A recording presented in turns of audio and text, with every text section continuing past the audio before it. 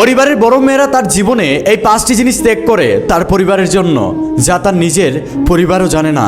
1, পরিবারের বড় মেয়েদের সবচেয়ে বড় ত্যাগটা হলো তার প্রিয় মানুষ। পরিবারের বড় মেয়েদেরকে তার পরিবার এমন একজনের সাথে বিয়ে দেয় যার সাথে তার মনের মিল হয় না, অথচ মেয়েটা তার বাবা মায়ের সম্মানের দিকে তাকিয়ে তার প্রিয় মানুষটাকে ত্যাগ করেছে।